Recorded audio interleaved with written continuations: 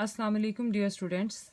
आज के लेक्चर में हम चैप्टर नंबर 9 एरोमेटिक हाइड्रोकार्बन्स में बेंजीन की स्टेबिलिटी के हवाले से बात करेंगे।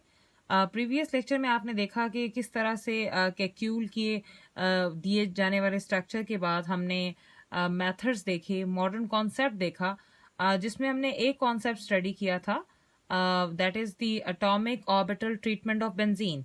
और इस मेथड को मद्देनज़र रखते हुए एटॉमिक ऑर्बिटल हाइब्रिडाइजेशन के कॉन्सेप्ट को लेकर बेंजीन के स्ट्रक्चर, बेंजीन की स्टेबिलिटी पर बात की गई कि किस तरह से स्ट्रक्चर ऑफ बेंजीन को एलुसिडेट किया जाता है।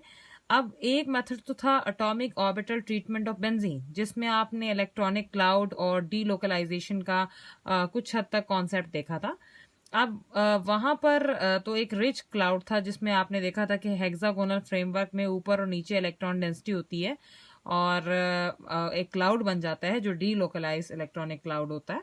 तो आज हम मजीद एक सेकंड कॉन्सेप्ट लेंगे, modern concept of the structure of benzene में, जो कि है रेजोनेंस मेथड। अब रेजोनेंस मेथड बेसिकली हाईलाइट करता है स्टेबिलिटी ऑफ बेंजीन को, यानी आज हम स्टेबिलिटी ऑफ बेंजीन का सहारा लेंगे और उसमें जो कॉन्सेप्ट आएगा वो रेजोनेंस मेथड होगा और हम इसे देखेंगे। अगेन ये एक इम्पॉर्टेंट लॉन्ग क्वेश्चन है और बोर्ड के पॉइंट ऑफ व्यू से इंतहाई अहमियत का हामिल है, जहां पर मॉडर्न कॉन्सेप्ट में आपने एटॉमिक ऑर्बिटल ट्रीटमेंट को स्टडी किया है, वहां पर रेजोनेंस मेथड भी जो है एज अ लॉन्ग क्वेश्चन जो है अक्सर पूछ लिया जाता है। अब हम देखते हैं कि stability of benzene resonance method से कैसे प्रूव होती है। बेंजीन के बारे में बात की जाए तो बेंजीन के स्ट्रक्चर को परखा गया तो पता चला कि benzene it is an extra ordinary stable molecule. ये एक खास किस्म का स्टेबल मॉलिक्यूल है। अब इसकी स्टेबिलिटी के पीछे राज क्या है, वो एक इम्पॉर्टेंट पॉइंट है। This stability is due to the extensive delocalisation of electronic cloud, यानी जो बेंजीन का एक्स्ट्रा ऑर्डिनरी स्टेबल होना, उसके पीछे उसके इलेक्ट्रॉनिक क्लाउड में होने वाली डीलोकलाइजेशन है। दो लफ्ज होते हैं, एक होती है लोकलाइजेशन यानी एक ही जगह पर मुकीम होना, और एक होती है डीलोकलाइजेशन जो रुकती नहीं है, मूवमेंट को कहते हैं, अपनी जगह पर नहीं रहती यानी मूव करती रहती है, इस चीज को कहते हैं डीलोकलाइजेशन। अगर इलेक्ट्रॉनिक क्लाउड के डीलोकलाइजेशन की बात हो रही है तो इसका मतलब इलेक्ट्रॉनिक क्लाउड स्टैटिक नहीं है, वो मूव करता रहेगा। तो इसीलिए कहते हैं कि एक्सटेंसिव डीलोकलाइजेशन इलेक्ट्रॉनिक क्लाउड की बेंजीन के स्ट्रक्चर में देखने को मिलती है, जिसकी बदौलत जो बेंजीन का स्ट्रक्चर है वो इंतहाई एक्स्ट्राऑर्डिनरी स्टेबल है। अब इस स्टेबिलिटी को जज करने के लिए कुछ एक्सपेरिमेंट्स और कुछ कंपाउंड का सहारा लिया गया, एक फर्जी कंपाउंड को लिया गया जिससे हम जो बेंजीन की स्टेबिलिटी को जज कर सकते हैं। The extent of the stability of benzene can be measured by comparing it with a hypothetical compound. अब बेंजीन की स्टेबिलिटी को जज करने के लिए उसी लेवल का एक हाइपोथेटिकल यानी फर्जी कंपाउंड लिया गया जिसका स्ट्रक्चर और जिसके जो आपके पास फीचर्स थे वो बेंजीन से मिलते थे। और उस कंपाउंड का जो फर्जी कंपाउंड लिया गया उसका नाम था 135 हाइफन साइक्लोहेक्साट्राइन। और ये एक ऐसा ही रिंग लाइक स्ट्रक्चर था जिसमें 3 डबल बॉन्ड थे अल्टरनेट पोजीशन पर, और 1 पर, 3 पर और 5 पर ये जो है डबल बॉन्ड की लोकेशंस थी। 6 कार्बन पर मुश्तमिल ये रिंग स्ट्रक्चर था, क्योंकि साइक्लो है तो रिंग स्ट्रक्चर है। तो इस कंपाउंड को लिया गया स्टेबिलिटी को जज करने के लिए। अब इस स्टेबिलिटी को का मेयार किसी केमिकल टेस्ट के थ्रू ही किया जा सकता था, और उस केमिकल टेस्ट में जिस चीज को लिया गया, क्योंकि आपके पास डबल बॉन्ड्स हैं, अनसेचुरेशन है, तो अनसेचुरेशन का अंदाजा बासानी हम एक ही मेथड है जो हम जज कर सकते हैं उससे, दैट इज कैटालिटिक हाइड्रोजनेशन। अब कैटालिटिक हाइड्रोजनेशन जब भी की जाती है किसी भी चीज की तो उसमें कुछ हीट हाइड्रोजनेशन के दौरान रिलीज होती है, तो उससे अंदाजा लगाया गया कि कंपाउंड कितनी हीट प्रोड्यूस कर रहा है हाइड्रोजनेशन के दौरान। तो this can be done by the estimating their heats of hydrogenation. तो इस तरह से जजमेंट की गई। अब इस चीज को प्रूव करने के लिए और स्टेबिलिटी को जज करने के लिए डिफरेंट केसेस लिए गए। अब एक ही साथ आप एक रिंग में 3 बॉन्ड्स ले रहे हैं तो 1 बाय 1 करके बॉन्ड्स को के इजाफे के साथ स्टेबिलिटी को चेक किया गया by applying this theory on different compounds. Like हम सबसे पहला जो केस ले रहे हैं वो है साइक्लोहेक्सीन का। साइक्लो से मुराद यानी रिंग है और हेक्सीन हेक्स से मुराद है कि 6 मेंबर रिंग है और उसमें ईन का मतलब है कि एक आपके पास डबल बॉन्ड है। 6 member ring containing 1 double bond, इसमें एक ही डबल बॉन्ड था। It can be easily hydrogenated to give cyclohexane.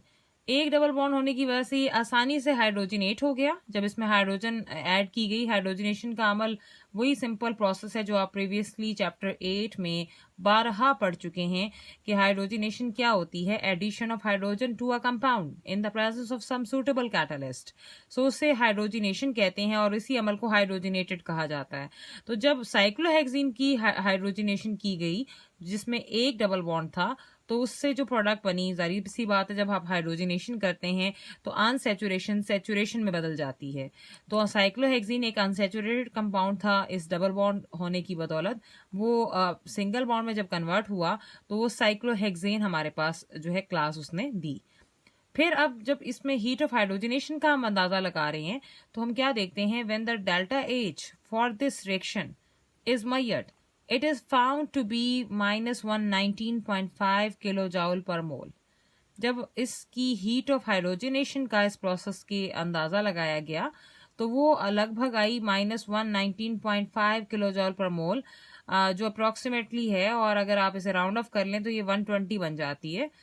-119.5 kilojoule पर मोल जो अप्रोक्सीमेटली है, और अगर आप इसे राउंड ऑफ कर लें तो ये 120 बन जाती है, which is very much like that of any substituted alkyne. किसी भी अल्कीन को जब भी सब्सटीट्यूट किया जाता है और उसकी हाइड्रोजनेशन की जाती है तो उसमें भी इतनी ही आपके पास हाइड्रोजनेशन की वैल्यू आती है, हीट ऑफ हाइड्रोजनेशन की।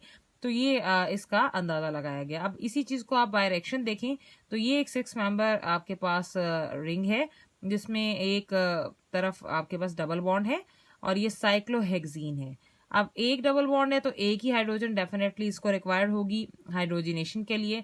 जब एक हाइड्रोजन को इसमें ऐड किया जाता है प्लाटिनम की मौजूदगी में जो कि कैटालिस्ट है, तो हाइड्रोजन इन दोनों कार्बन के पास जब जाएगी तो बॉन्ड ब्रेक हो जाएगा। जब बॉन्ड ब्रेक होगा तो ये 6 मेंबर रिंग ही रहेगा लेकिन सैचुरेशन में कन्वर्ट हो जाएगा फ्रॉम अनसैचुरेशन। सो ये आपके पास जो अब कंपाउंड हमारे सामने है वो है साइक्लोहेक्सेन जो अभी आपने ऊपर पढ़ा, और इस दौरान जो हीट ऑफ हाइड्रोजिनेशन जज की गई वो थी -119.5 किलोजूल पर मोल। तो ये तो एक केस था कि आपने रिंग में एक डबल बॉन्ड की स्टडी की, हीट ऑफ हाइड्रोजिनेशन के एतबार से उसकी हीट को भी जज किया और हाइड्रोजिनेशन का अमल भी देखा। अब मजीद अगर रिंग में एक और बॉन्ड का इजाफा कर दिया जाए तो फिर ये कैसे काम करेगा। तो जो नेक्स्ट एक कंपाउंड लिया गया इस चीज को जज करने के लिए वो था 1,3 साइक्लोहेक्साडाइन। अब साइक्लोहेक्साडाइन, डाइन से मुराद है कि आप एक ऐसा रिंग ले रहे हैं जिसमें 6 ही कार्बन हैं बट उसमें 1 और 3 पोजीशन पर 2 डबल बॉन्ड हैं, यानी 2 double bonds are present in this structure. अब अगर आप इसका कंपैरिजन करेंगे with respect to the first one तो आपको स्टोरी डिफरेंट मिलेगी। Thus calculated heat of hydrogenation would liberate roughly twice as much heat and thus have delta H equal to about -239 kilojoule पर मोल। अब जब कैलकुलेशन की गई और जो कैलकुलेटेड हीट ऑफ हाइड्रोजनेशन थी, क्योंकि अब एक की बजाय 2 डबल बॉन्ड हैं तो उसे रफली अगर हम अंदाजा लगाएं तो उसे डबल होना चाहिए उसके जो आपने फर्स्ट में एक केस में देखी जब रिंग के अंदर एक डबल बॉन्ड था। तो एस्टिमेशन लगाया गया तो लगभग जो एनर्जी कैलकुलेटेड रफली कैलकुलेट की गई वो थी -239 किलोजूल पर मोल। जो कैलकुलेट की गई थी, तखमीना लगाया गया था 2 डबल बॉन्ड का एक डबल बॉन्ड के कंपैरिजन से। लेकिन when this experiment is done, जब ये एक्सपेरिमेंट किया गया, हाइड्रोजिनेशन का अमल हुआ इस स्ट्रक्चर पर, तो रिजल्ट क्या मिलता है। The result is delta H is equal to -231.5 kilojoule पर मोल। तो नतीजा हमारे सामने क्या आता है, जब हाइड्रोजनेशन होती है 1,3 साइक्लोहेक्साडाइन की तो एनर्जी वो नहीं मिलती एक्सपेरिमेंटली जो हम ऑब्जर्व कर रहे हैं, जो हमने सोच के हम बैठे थे, कैलकुलेट हमने की थी, उसके बरक्स रिजल्ट आता है। तो इस डिफरेंस की क्या वजह है, क्यों डिफरेंस आ रहा है, इसे भी हम आगे देखते हैं। That is before going into that detail, हम आ जाएंगे यहाँ पर पहले स्ट्रक्चर पर, कि ये वो रिंग है और इसमें कार्बन नंबर 1, 2, ये 3 बन जाती है। 1 पर 1 और 2 में से 1 काउंट होगा और 3 और 4 में से 3 काउंट होगी। तो 1 और 3 पर आपके, क्योंकि डबल बॉन्ड है रिंग में, तो 1,3 हाइफन रिंग है तो साइक्लो, 6 मेंबर रिंग है हेक्सा, और 2 डबल बॉन्ड है डाइन। जब इसमें आप हाइड्रोजनेशन का अमल करेंगे तो उसमें 2 डबल बॉन्ड है, तो ये 2 मॉलिक्यूल्स हाइड्रोजन के यूटिलाइज करेगा इन the presence of again platinum catalyst. तो ये दोनों के दोनों जो डबल बॉन्ड्स हैं वो ब्रेक हो जाते हैं और सिस्टम अनसैचुरेटेड से सैचुरेटेड में कन्वर्ट हो जाता है, जिसमें तमाम बॉन्ड्स खत्म हो गए और हाइड्रोजन सिस्टम में ऐड हो गई। और हमने कहा कि ये हमारा हाइड्रोजनेशन का प्रोसेस है। नतीजा क्या हुआ, अगेन वही साइक्लोहेक्सेन हम हासिल कर रहे हैं जो हमने पहले भी हासिल की जब हमारे पास एक रिंग सिस्टम था और एक डबल बॉन्ड था। तो आपके पास इस केस के अंदर जो हमारी ऑब्जर्वेशंस आती हैं कि जो हमने कैलकुलेट की थी डेल्टा एच यानी हीट ऑफ हाइड्रोजनेशन, और वो 2 डबल बॉन्ड के लिहाज से की थी। और हम जानते हैं कि प्रीवियसली हमने देखा, जो प्रीवियस केस था उसमें एक डबल बॉन्ड की सूरत में जो एनर्जी थी हीट ऑफ हाइड्रोजनेशन के एतबार से, वो थी -119.5 किलो जॉल पर मोल। और अगर 2 डबल बॉन्ड होंगे तो उसे आप 2 से मल्टीप्लाई कर देंगे। तो 2 से मल्टीप्लाई करने पर हमारे पास जो आंसर एक्सपेक्टेड था, कैलकुलेटेड था, वो था -239 किलो जॉल पर मोल। लेकिन जब एक्सपेरिमेंट हुआ तो नतीजा इसके बरक्स आया, और जो हमें वैल्यू देखने को मिली ऑब्जर्व डेल्टा एच, वो थी -231.5 किलो जॉल पर मोल।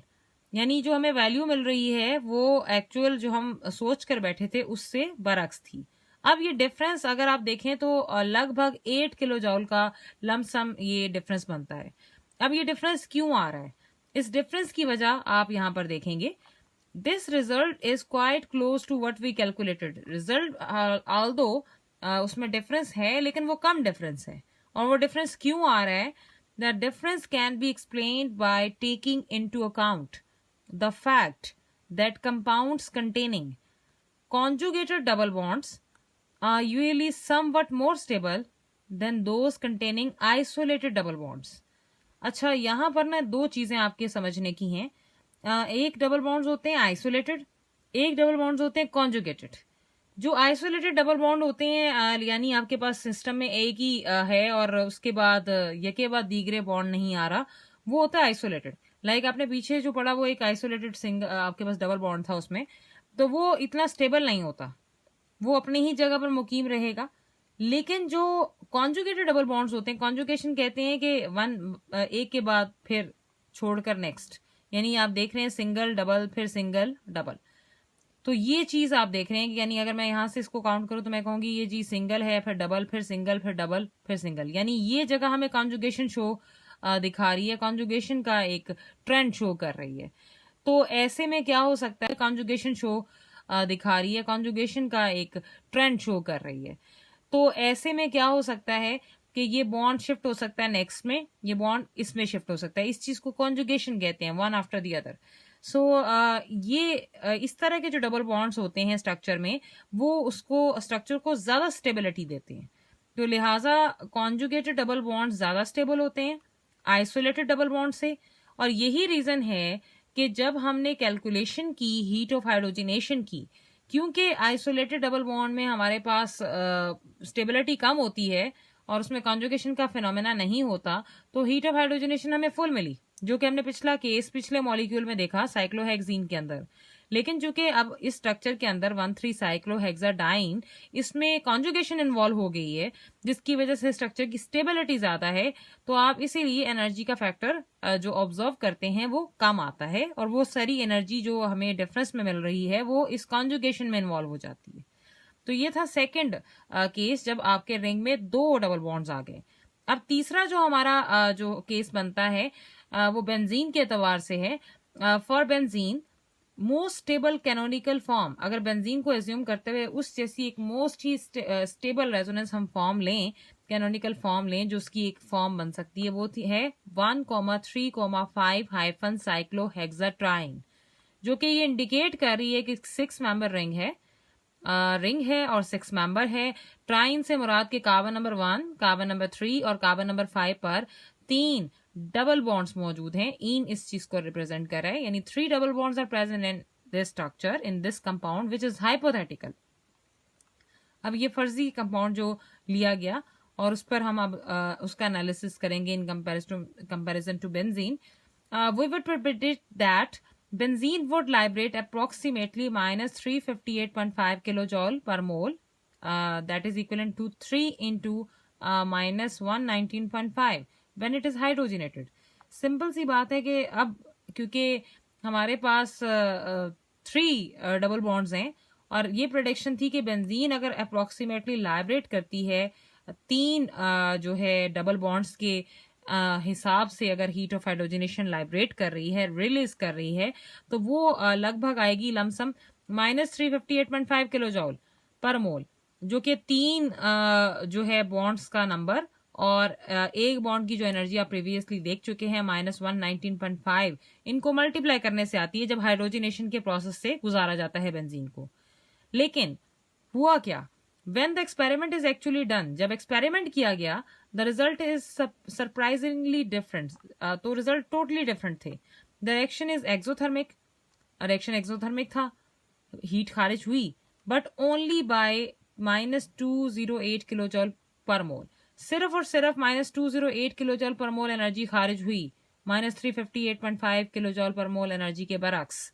अब ऐसा क्या था इसके अंदर, क्या की पॉइंट था जो इतना बड़ा डिफरेंस देखने को मिल रहा है, वो भी हम आगे जाके देखेंगे। तो बेंजीन में क्योंकि 3 आपके पास डबल बॉन्ड्स हैं, तो ये 3 मॉलिक्यूल्स जो है हाइड्रोजन की यूटिलाइज करेगा इन the presence of platinum catalyst. Again तीनों के तीनों बॉन्ड्स ब्रेक हो जाते हैं और हाइड्रोजन सिस्टम में ऐड हो जाती है और हमें दोबारा से वही मॉलिक्यूल मिलता है साइक्लोहेक्सेन। चाहे आप रिंग सिस्टम में 1 डबल बॉन्ड, 2 डबल बॉन्ड या 3 डबल बॉन्ड से काम करें, जब भी आप हाइड्रोजनेशन करेंगे बॉन्ड की सूरत हाल के अकॉर्डिंग हाइड्रोजन यूटिलाइज होगी और आपको रिजल्ट में हमेशा साइक्लोहेक्सेन ही मिलेगा।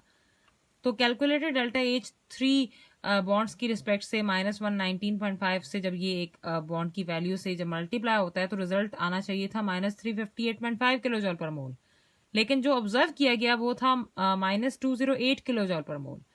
तो डिफरेंस हम अगर इन दोनों को माइनस करें तो डिफरेंस बनता है 150.5 किलो जॉल पर मोल का। यानी आप अगर इस डिफरेंस को देखें जो प्रीवियस आपने कंपाउंड के केस में देखा है, तो ये बहुत बड़ा डिफरेंस है। अब इस डिफरेंस के पीछे क्या राज है वो हम आगे देखेंगे कि ये डिफरेंस अराइज हो रहा है और किस वजह से अराइज हो रहा है, कि ऐसा क्या था 3 बॉन्ड्स का कॉम्बिनेशन इस रिंग के अंदर, इस क्लाउड के अंदर और इस बेंजीन के स्ट्रक्चर में, जिसने इतना बड़ा डिफरेंस क्रिएट किया। अब इस पे before going into that detail हम एक ग्राफ देखेंगे जो इन तीनों को हाईलाइट कर रहा है, जो अपने 1 बाय 1 प्रोसेसेस पढ़े हैं। लाइक ये ग्राफ है जिसमें रिलेटिव स्टेबिलिटी सबकी आपको देखने को मिलती है। आप यहाँ पर ले रहे हैं वाई एक्सिस पे पोटेंशियल एनर्जी और एक्स एक्सिस पे साइक्लोहेक्सेन। अब साइक्लोहेक्सेन आपने साइक्लोहेक्सीन से भी बनाया जब आपके रिंग में एक डबल बॉन्ड था, हाइड्रोजन उसमें ऐड की गई, तो -119.5 किलो जॉल पर मोल जो है हीट ऑफ हाइड्रोजनेशन रिलीज हुई और हमारा नतीजा साइक्लोहेक्सेन ही था। सेकेंड पॉसिबिलिटी हमने स्टडी की थी 1,3 साइक्लोहेक्साडाइन, जब उसने 2 मॉलिक्यूल्स यूटिलाइज किए हाइड्रोजनेशन के दौरान और -231.5 किलो जॉल पर मोल एनर्जी खारिज की, तब भी हमारा रिजल्ट साइक्लोहेक्सेन था। तीसरा केस था जब हमने 135 साइक्लोहेक्साट्राइन का एनर्जी खारिज की, तब भी हमारा रिजल्ट साइक्लोहेक्सेन था। तीसरा केस था जब हमने 135 साइक्लोहेक्साट्राइन का केस लिया और उसमें 3 मॉलिक्यूल्स यूटिलाइज हुए, तो लगभग जो एनर्जी बनती थी वो -358.5 किलो जॉल पर मोल एनर्जी थी। लेकिन एक्चुअल बेंजीन के मॉलिक्यूल जब ये 3 मॉलिक्यूल्स हाइड्रोजन के यूटिलाइज करता है, तो जो एनर्जी हम देखते हैं, एस्टिमेट करते हैं, जो ऑब्जर्व की गई, वो थी -208 किलो जॉल पर मोल। अगर आप एक्चुअल बेंजीन के मॉलिक्यूल को और वो मॉलिक्यूल जो एक फर्ज किया गया है हाइपोथेटिकल कंपाउंड है 135 साइक्लोहेक्साट्राइन, इनकी एनर्जीज का कंपैरिजन करते हैं, तो हमें एक बहुत बड़ा डिफरेंस देखने को मिलता है 150.5 किलो जॉल पर मोल। विच डिफरेंस जो हम देख रहे हैं इस वक्त जो आपके पास अराइज हो रहा है, that difference is basically in energy terms called resonance energy. इसे हम क्या कहते हैं जी? Resonance energy. तो ये रेजोनेंस एनर्जी है जो एक्चुअल और आपके हाइपोथेटिकल के दरमियान एनर्जी का फर्क जो है डेवलप कर रही है। अब हम इस चीज को देखेंगे ये है क्या। तो रेजोनेंस एनर्जी बड़ा इंपॉर्टेंट टर्म है और इस पर क्वेश्चन आ जाता है। Indeed benzene is more stable than hypothetical 135 cyclohexatriene by 150.5 kilojoule per mole. हम जानते हैं कि बेंजीन 150.5 किलोजॉल पर मोल एनर्जी के एतबार से हाइपोथेटिकल कंपाउंड से ज्यादा स्टेबल है। अब ये रेजोनेंस एनर्जी क्या है, इस पर शॉर्ट क्वेश्चन पूछ लिया जाता है। क्वेश्चन आप याद करेंगे शॉर्ट के एतबार से, वैल्यू भी बेंजीन की आप जहन में रखेंगे। डेफिनेशन इसकी देखते हैं। The difference between the amount of heat actually released and that calculated on the basis of the KQ structure is called resonance energy of the compound. यानी वो difference amount of heat का जो actually release हो रहा है और वो जो आप KQ structure के लिहाज से कैलकुलेट कर रहे हैं, इनके दरमियान का जो डिफरेंस है वो रेजोनेंस एनर्जी कहलाता है। जैसे अभी आपने 135 साइक्लोहेक्साट्राइन और बेंजीन के दरमियान हीट ऑफ हाइड्रोजनेशन का फर्क जब निकाला तो वो आपको 150.5 किलोजॉल पर मोल मिलता है। That is called resonance energy of benzene. अब ये रेजोनेंस होती क्या है, इस फिनोमेना को हम अपने नेक्स्ट लेक्चर में इन डिटेल स्टडी करेंगे। It means that benzene shows the phenomena of resonance which makes it more stable than others. ये रेजोनेंस का फिनोमिना ही है जो बेंजीन को बहुत ज्यादा स्टेबल बनाता है बाकी सबसे। In benzene electrons are delocalise making it a very stable molecule. Benzene में इलेक्ट्रॉन्स जो हैं वो डीलोकलाइज होते हैं और इसे बहुत ज्यादा स्टेबल मॉलिक्यूल बनाते हैं और इसकी वजह आप नेक्स्ट में जानेंगे। This is all about the stability of benzene including the method of resonance in short form. एक क्वेश्चन एक्सरसाइज का question number 10 part number A, describe the structure of benzene on the basis of the following methods. एक है जी पहला part atomic orbital treatment जो previous में आप कर चुके हैं लेक्चर के अंदर, और एक है जी रेजोनेंस मेथड जिसका कुछ हिस्सा आप पढ़ चुके हैं और मजीद जो रहता है वो हम नेक्स्ट लेक्चर में स्टडी करेंगे। आज के लिए इतना ही। Best of luck.